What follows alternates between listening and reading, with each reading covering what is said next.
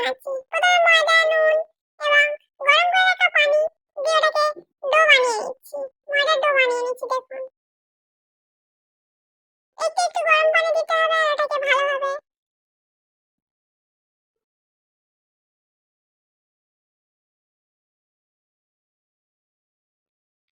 তারপর লাস্টে একটু রিফাইন তেল দিয়ে ওটাকে আবার ভালোভাবে ডো বানিয়ে নিতে হবে।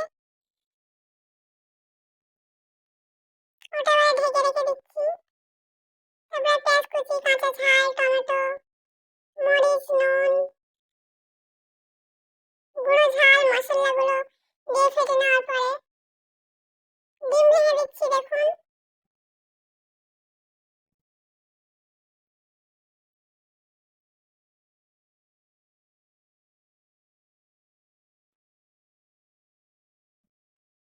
এই যে ৩ ভাগ করে এবারে নিতে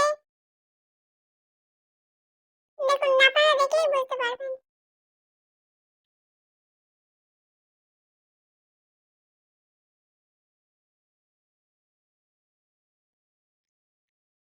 একটু লালচে কালার করে ভেজে নিতে হবে।